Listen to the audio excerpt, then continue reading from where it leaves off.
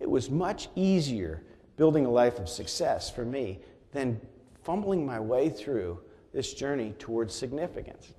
And so what we're talking about is this confusing space in midlife called halftime. How do you think that through? In my deal, I've always loved real estate. I bought my first piece of land when I was 14. We lived in Philadelphia. My parents took us to the Jersey Shore and in the summer, and so I remember sitting in the back of the car with my dad and mom talking in the front, and Dad was saying to Mom, honey, our kids are never going to be able to buy land down at the beach. Prices are going crazy. It's just never going to happen. So the way I'm wired up, for some weird reason, I was sitting in the back saying, well, why just wait for prices to go up? So the next day I mustered my courage and I went to my dad and I said, Dad, I've saved all the money I've ever had in my life, and I heard you talking to Mom yesterday, and I got kind of in a panic, and if you would lend me some money, I'd pay you back with interest, and I want to go down and buy a piece of land down at the beach. And so Dad just took a deep breath, and he looked me right in the eye, and he said, Lloyd, would you just be normal? Just go play football? Chill out. There'll be lots of time for... But he was so gracious, he took me down to the beach. We found 5 tick-infested acres of land. But I remember walking out on those 5 acres that were mine, and something inside me just exploded. This sense of possibility. You can probably remember the day in your career when just some moment you realized this incredible potential. It was just intoxicating to me. And so I scurried through college in 3 years and started developing real estate, and like I said, in my perspective, God just simply chose to bless my business. In my most honest moment, I realized it wasn't because I was smarter or more aggressive. From my perspective, it just looked like God just chose to bless my business. And so I stopped and I said to Linda, I wonder why. Why have we been so incredibly ambushed by God's goodness? And my sense was it wasn't just for us. It seemed wrong to squander that on just a faster car, a nicer sailboat, and a bigger house, etc.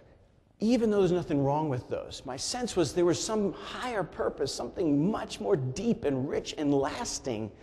Now, I'm in the retirement home business, and so I get to see a slice of life every day that most people don't, and that is the end of life. I remember selling an elderly gentleman on moving into my building, which sounds crass just by itself, right? And I walked into his condo. His name was Patrick Kelly. He was one of the biggest real estate developers in Canada. He built the first mall in Canada, in Toronto. So from a young real estate developer's perspective, this was the guy. And I walked into his condo, and he was going to move into one of my buildings, and he said, well, young man, I want to take you on a tour and show you some of the buildings I built since you and I are in the same business. So he took me through his condo and he showed me his life. One room after another. Picture, picture, picture. Stories to go with it. And I walked out that door and I was thinking to myself, I could be like that someday. And then it dawned on me, my gosh, I might end up like that someday. There wasn't a single person in those pictures. Every one of those buildings are slowly being torn down today. That mall is outdated, and it's either going to be torn down or totally overhauled shortly. And I started to ask myself the question, is there any way I can invest my life in something that's not going to be torn down in 100 years, for goodness sakes? So Linda and I pushed the pause button back in 1987, and I just asked, what are we going to do with our lives? If we could do anything, what would it be? Which is a very freeing question to ask yourself, but also a very challenging question because I had no clue. When you ask yourself, what are you passionate about? I had no clue. And so I put out a 5-year plan. I was going to go back, build real estate from 87 to 92 in the hopes that it would fund our family, and then I was going to do whatever happened to be that God called me to do. Well, along the way, I could see God accomplishing the same plan, this plan, but in a different way, in a way I couldn't take credit for. And as I was approaching 1992, 93, I realized that I was going to be at a point where I could do anything I wanted every day for the rest of my life, and I had still no clue what to do. So Linda and I were entering this place right here at A, and the first thing we did was we started to create some margin in our lives. You know, if you're going to make a transition from just pursuing success, which is about me, to pursuing significance, which is really about serving others, meeting the deepest needs of others, I need to have extra. If I spend everything I have on me and my family, I have nothing to offer you. If I needed to have time, emotional energy, spiritual overflow, financial resources that I could give away to meet the deepest needs of others. So Linda and I started to cut our lifestyle. We started to cut low-value things out of our life.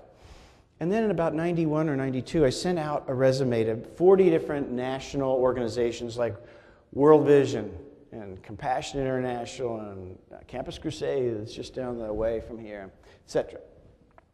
And I said, here's who I am. Here's my background. Here's my education. My time is free. How can I help you?